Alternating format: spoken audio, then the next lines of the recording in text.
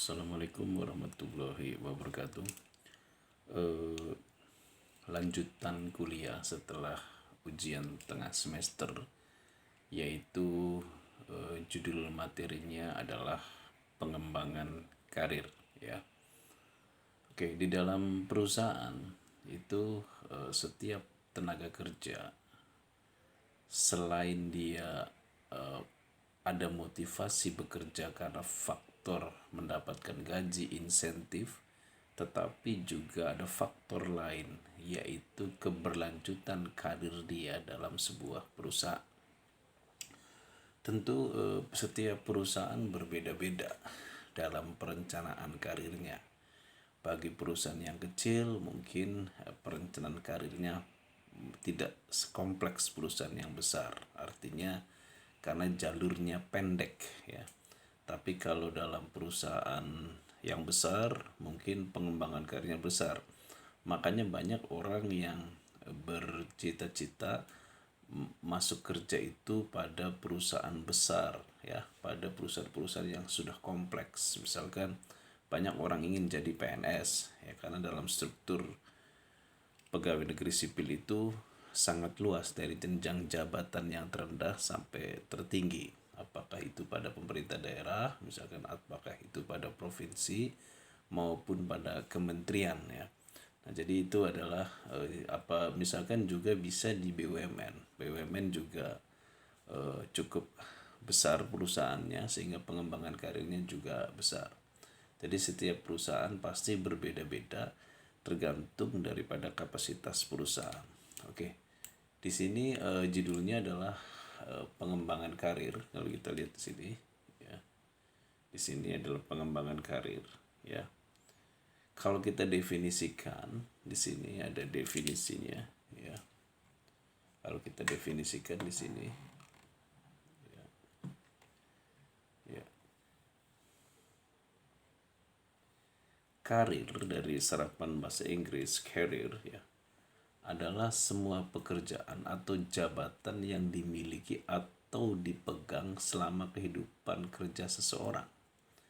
Jadi kalau Anda kerja ya, Anda misalkan kerjanya sebagai kepala subseksi, kepala seksi misalkan. Nah, berarti karir Anda adalah jabatan itu ya.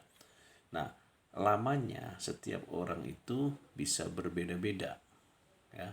Makanya di sini karir adalah semua pekerjaan atau jabatan yang dimiliki dipegang selama kehidupan seorang kerja.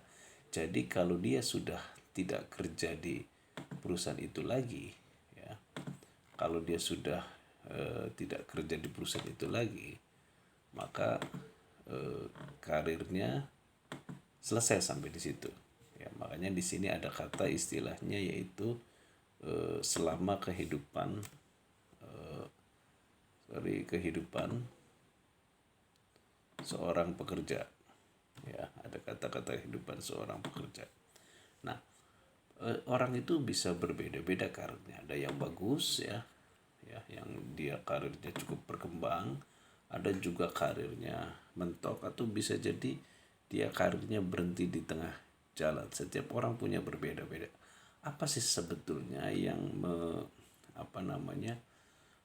menentukan seseorang itu, karir seseorang itu apa saja sebetulnya yang dipengaruhi oleh apa saja? Yang pertama adalah pendidikan formal ya. Di sini kita bahas satu persatu. Oke. Jadi seorang pekerja dipengaruhi oleh pendidikan formal. Mungkin kenapa Anda harus kuliah ya. Mungkin kenapa Anda harus berpikir kenapa saya setelah SMA saya harus melanjutkan kuliah. Salah satunya mungkin Anda punya alasan bahwa nanti suatu saat kerja kalau saya hanya SMA mungkin Anda mentok jabatannya. Tapi kalau seandainya saya memiliki pendidikan formal yang lebih tinggi, maka karir saya bisa panjang. Nah, jadi apa yang menentukan yang menentukan karir seseorang? Salah satunya adalah pendidikan formal. Kalau dalam perusahaan-perusahaan yang besar atau yang sudah kompleks, pendidikan ini sangat berpengaruh sekali, yaitu semakin tinggi jabatan seseorang, semakin tinggi level dalam manajemen, maka karirnya, pendidikan formalnya juga syaratnya juga harus tinggi lagi, ya.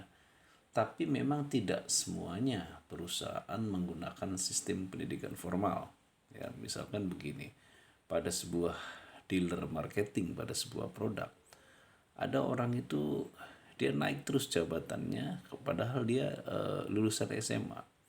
Bisa jadi dia perusahaan itu dia pengembangan karirnya tidak berdasarkan pendidikan formal, tetapi lamanya dia dalam tempat kerja atau prestasi dia atau pengalaman-pengalaman dia selama dia bekerja di perusahaan itu. Jadi ada juga yang tidak menggunakan pendidikan formal, tapi rata-rata biasanya perusahaan seperti BUMN atau instansi pemerintah atau perusahaan-perusahaan yang sudah kompleks atau perusahaan-perusahaan yang sudah punya nama dan sebagainya, biasanya memang ada mensyaratkan yang namanya pendidikan formal, ya. Yang kedua adalah experience, itu pengalaman kerja, ya. Makanya kalau Anda ngelamar kerja itu ada kan yang namanya dibutuhkan pengalaman kerja. Ada perusahaan itu lebih melihat pada pengalaman kerja, ya.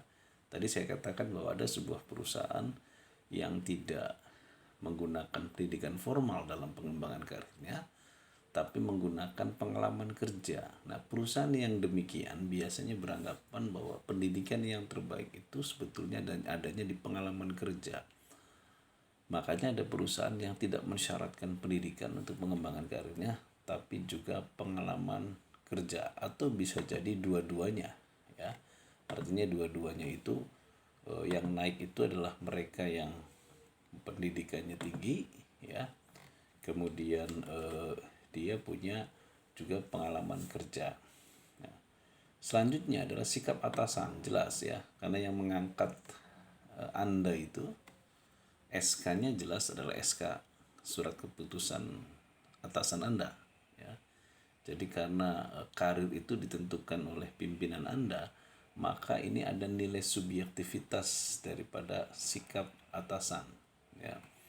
Jadi tapi kalau atasan yang baik itu ketika menentukan karir seseorang sebetulnya bukan subjektivitas melulu, ya, tapi juga harus objektivitas. Misalkan melihat bagaimana prestasinya, bagaimana track recordnya, bagaimana sasaran-sasaran yang sudah ditempuh oleh pekerja itu, bagaimana kapabilitasnya, ya, kemampuannya.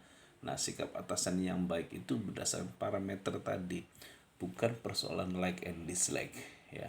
Jadi yang menentukan karir seseorang juga sikap atasan. Selanjutnya adalah prestasi kerja. Ya, jelas ya, ini berdasarkan prestasi kerja. Perusahaan yang baik,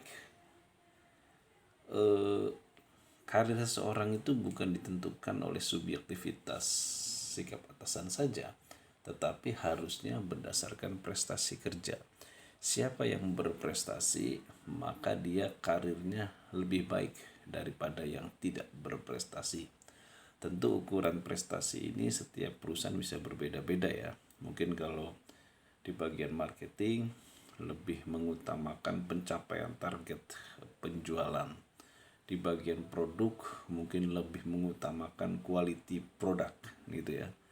Atau misalkan kalau di PNS misalkan lebih ditekankan kepada penilaian loyalitas, misalkan, kemudian integritas, kemudian juga pelayanan terhadap publik, kualitas pelayanan terhadap publik, kemudian juga inovasi dan sebagainya, yaitu prestasi kerja. Terus kemudian pengembangan karir juga ditentukan oleh bobot pekerjaan, ya. Kalau kita lihat kenapa semakin tinggi jabatan seseorang itu gajinya semakin besar, ya, padahal pekerjaannya secara fisik berkurang, kan. Beda seperti buruh yang ada di bawah yang banyak menggunakan tenaga. Semakin kita ke atas, tenaga kita semakin berkurang penggunaannya, tapi lebih kebanyakan kepada pemikiran-pemikiran kita, konsep-konsep kita. gajinya juga lebih besar. Kenapa lebih besar? Karena semakin tinggi karir seseorang, maka semakin tinggi jabatannya, maka tanggung jawabnya pun semakin besar. Jadi di sini yang menentukan kalau dia bisa menyelesaikan pekerjaannya, bobot pekerjaannya ini, ya maka dia karirnya semakin bagus ke atasnya. Ya, jadi semakin tinggi jabatan kita, maka bobot pekerjaan dan tanggung jawabnya juga semakin besar. Selanjutnya adalah lowongan jabatan. Jelas kalau perusahaan kecil, tentu dia karena strukturnya pendek, maka karirnya juga pendek, ya. Makanya banyak orang-orang yang kerja di perusahaan kecil, misalkan perusahaan swasta, paling-paling dia sebagai batu loncatan saja, karena dia melihat karirnya terbatas di situ. Jadi di situ adalah lowongan pekerjaan. Misalkan begini, sebuah supermarket, misalkan dia hanya punya satu cabang. Tentu Anda sebagai kasir di supermarket itu Anda tidak berpikir bahwa karir saya nanti bagaimana, karena memang perusahaan itu cuma satu cabang. Tapi kalau perusahaan itu misalkan ada sampai 10 cabang, mungkin Anda berpikir karir Anda lebih panjang. Mungkin setelah kasir, mungkin Anda naik menjadi supervisor sales, kemudian bisa jadi naik sebagai store manager, ya. Nah, itu adalah lowongan jabatan. Terus apa lagi yang mempengaruhi karir seseorang itu adalah produktivitas kerja, ya. Ini hampir mirip dengan prestasi. So, produktivitas kerja itu tingkat bagaimana kita bekerja efisien dan efektif, ya, dengan waktu yang tidak begitu panjang, dengan energi yang tidak begitu besar, dengan biaya tidak begitu besar, tapi hasil Anda itu tepat, ya. Hasil Anda itu tepat. Itu namanya produktivitas. Kemudian yang terpenting adalah persoalan integritas. Apa itu integritas? Nah, integritas itu adalah integritas personal itu misalkan begini. Anda di dalam perusahaan sedikit saja Anda melakukan sebuah tindakan korupsi misalkan, tentu nama Anda akan tercoreng. Padahal mungkin Anda korupsinya baru sekali-sekalinya, tapi Anda akan tercoreng. Nah, di situ integritas Anda akan jatuh. Ketika integritas Anda akan jatuh, maka Anda ketika naik jabatan itu akan sulit, ya. Jadi faktor integritas. Makanya seorang yang memiliki integritas yang baik biasanya bisa mengalahkan orang yang tingkat kemampuannya tinggi, ya. Makanya Anda kalau nanti kerja itu Anda jangan hanya mengandalkan bahwa IPK saya tinggi, tetapi juga dinilai masalah integritasnya di perusahaan, sikap Anda, akhlak Anda, moralitas Anda, itu namanya adalah integritas personal. Ya, itu. Jadi saya ulangi lagi, keberhasilan karir seorang pekerja dipengaruhi oleh pendidikan formal, pengalaman kerja, sikap atasan, kemudian prestasi kerja, bobot pekerjaan, lowongan jabatan, produktivitas kerja, dan integritas personal. Nah, berarti perusahaan di sini harus mengadakan career planning atau perencanaan karir. Apa itu perencanaan karir? Jadi setiap perusahaan pasti dia memiliki perencanaan yang berbeda-beda tergantung daripada perusahaan besar kecilnya perusahaan. Ya. Oke, kita definisikan dulu di sini. Perencanaan karir adalah suatu perencanaan tentang kemungkinan seorang karyawan suatu organisasi atau perusahaan sebagai individu meniti proses kenaikan pangkat atau jabatan sesuai dengan persyaratan dan kemampuannya. Oke, saya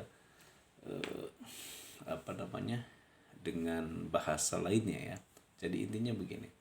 Jadi perencanaan karir itu adalah bagaimana perusahaan membuat sebuah planning, ya, di mana dia merencanakan karir para karyawannya, ya, jenjang karirnya bagaimana. Misalkan dalam sebuah perusahaan produksi, misalkan di pabrik misalkan, ya, dia mulai bekerja itu sebagai seorang buruh, ya, seorang buruh, kemudian dia punya pengalaman yang cukup banyak. Bagaimana setelah buruh ini, bisakah dia kemudian perencanaan karir selanjutnya dia menjadi supervisor misalkan, atau menjadi sebuah pengawas daripada buruh yang lain. Kemudian terus bagaimana suatu saat dia naik lagi jabatannya, misalkan menjadi kepala bagian, naik lagi menjadi kepala manajer dan sebagainya. Nah, jadi di sini adalah mengadakan perencanaan karir untuk para karyawannya. Nah, itu adalah yang disebut dengan perencanaan karir. Tentu setiap perusahaan berbeda-beda ya. Nah, jadi di sini kenapa ada perencanaan karir ya?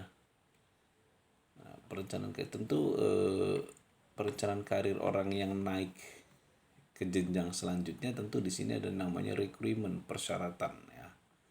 Jadi bisa jadi persyaratannya tadi apakah faktor adanya pendidikan atau faktor adanya peningkatan prestasi dalam bekerjanya atau lamanya pengalaman dan sebagainya. Nah, jadi perencanaan karir itu disesuaikan dengan persyaratan dan kemampuannya, dan setiap perusahaan pasti berbeda-beda menetapkan itunya. Oke. Lalu apa sih manfaat perusahaan perlu adanya perencanaan karir? Ya, di sini manfaat perencanaan karir. Ya, di sini apa sih sebetulnya manfaat daripada perencanaan karir? Yang pertama adalah di sini perencanaan karir itu adalah mengembangkan karyawan yang dapat dipromosikan. Jadi begini, kalau ada perencanaan karir, ada namanya promosi jabatan. Ya, misal begini, saya berikan contoh yang tadi. Dia tadinya buruh, ya. Nah, di antara buruh-buruh ini, misalkan sudah berjalan 5 tahun, kemudian perusahaan ada perencanaan karir, di antara buruh ini pengen diangkat untuk menjadi seorang supervisor, ya, supervisor bagian tertentu di pabrik itu tentunya. Nah, tentu misalkan ada 5 calon ya yang nanti akan menduduki supervisor buruh tadi. Nah, 5 calon ini yang dimaksud dengan promosi, dipromosikan. Dari 5 ini siapa yang nanti akan dipromosikan? Nanti tentu kalau kebutuhannya 1 dari 5 itu, ya berarti 1 saja yang masuk. Nah, itu namanya bagaimana kita dapat mengembangkan karyawan yang dipromosikan. Siapa saja yang nanti akan naik karirnya. Yang kedua, manfaat perencanaan karir. Kenapa perusahaan perlu adanya perencanaan karir? Jelas, ini adalah meningkatkan loyalitas karyawan. Ya, sebab saya katakan tadi bahwa loyalitas karyawan bukan dibentuk oleh persoalan insentif, persoalan gaji dan kompensasi lainnya, tetapi juga faktor kejelasan karir. Jadi kalau di dalam perusahaan itu memiliki karir yang jelas, maka loyalitasnya juga akan meningkat. Apa itu loyalitas? Jiwa pengabdian pada organisasi. Kemudian juga dengan adanya perencanaan karir mengungkapkan potensi karyawan, ya. Jadi kalau misalkan di dalam perusahaan itu jelas karirnya, maka setiap orang berlomba untuk mengoptimalkan potensinya. Maka di sini biasanya karena berlomba tadi akan kelihatan potensi karyawannya itu. Jadi di sini dengan adanya pengembangan karir itu sebetulnya adalah memotivasi. Ketika memotivasi, maka di sini potensi karyawan akan keluar, ya. Kemudian jelas ini ada hubungannya dengan D ini di sini, mendorong pertumbuhan semangat kerja. Jelas ya, kerjakan semangat bukan saja pada persoalan gaji, insentif, bonus dan sebagainya, tetapi juga pada persoalan kejelasan karir. Selanjutnya adalah memuaskan kebutuhan karyawan. Jelas ini ya. Ya, karyawan mungkin akan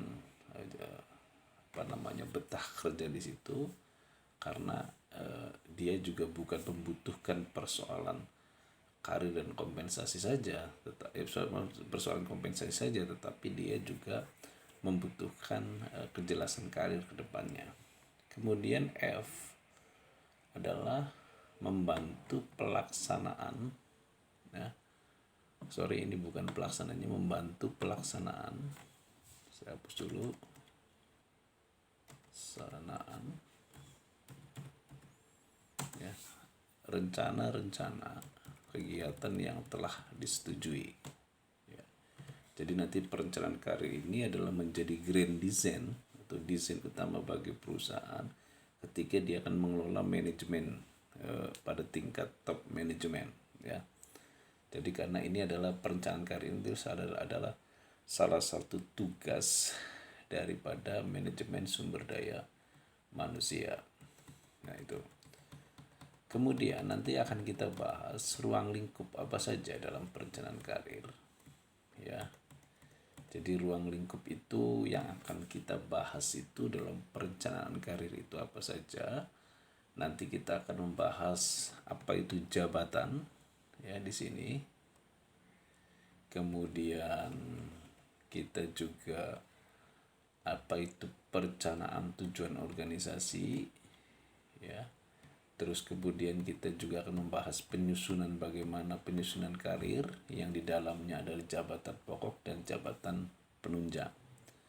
Oke, yang pertama adalah ini dulu. Di sini adalah ruang lingkup perencanaan karir, yaitu perencanaan jenjang jabatan. Ya, oke. Jenjang jabatan, maaf ini bukan perangkat ya, tapi pangkat. Nanti maaf Anda bisa diperbaiki ininya.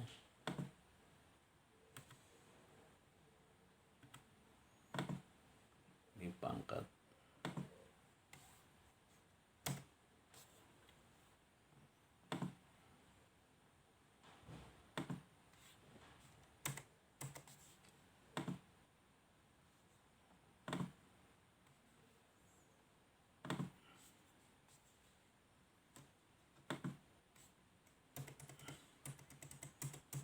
Ini ada jenjang pangkat, bukan perangkat ya.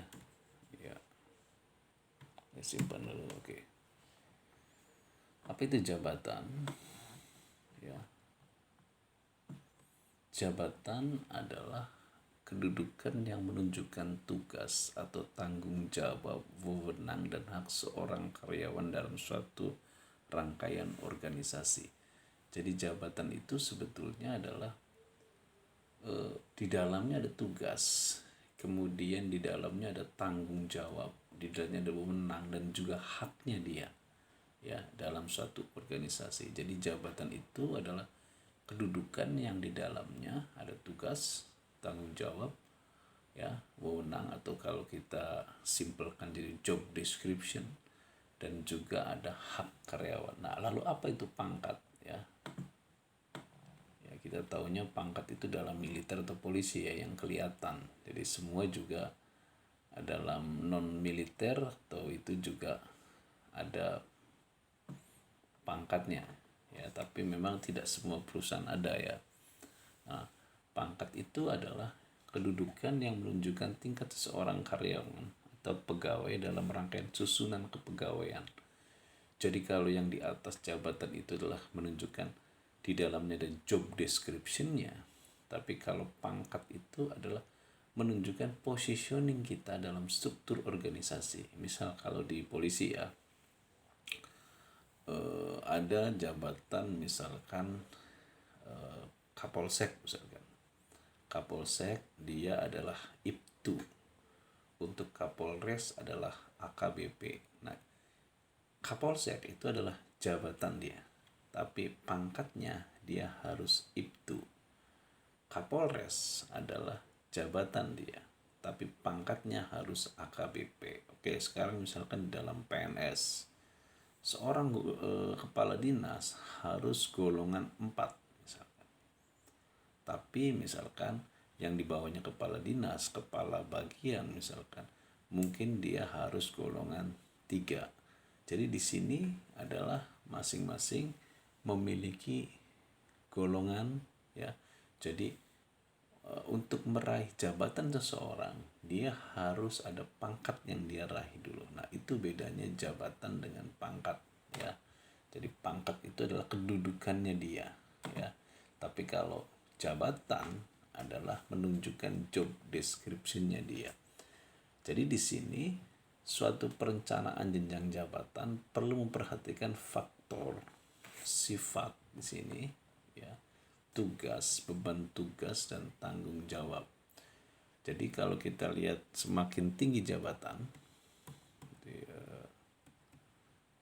kalau kita lihat semakin tinggi jabatan atau pangkat seseorang dalam suatu organisasi, semakin kompleks sifat tugasnya, berarti tanggung jawabnya pun semakin besar. Nah, tujuan adanya kenaikan pangkat adalah untuk mengembangkan kebijakan. Ya, kenapa harus di dalam sebuah organisasi harus ada kenaikan pangkat? Adalah sebetulnya untuk mengembangkan kebijakan. Ya, jadi dia agar organisasi bisa maju lagi, maka perlu adanya mengembangkan kebijakan tentang adanya kenaikan pangkat. Jadi mungkin hal ini untuk materi MSDM sampai di sini dulu ya. Mungkin minggu depan kita masuk ke perencanaan dan tujuan organisasi yang hubungannya dengan pengembangan karir. Wabillahi taufiq wa hidayah. Wassalamualaikum warahmatullahi wabarakatuh.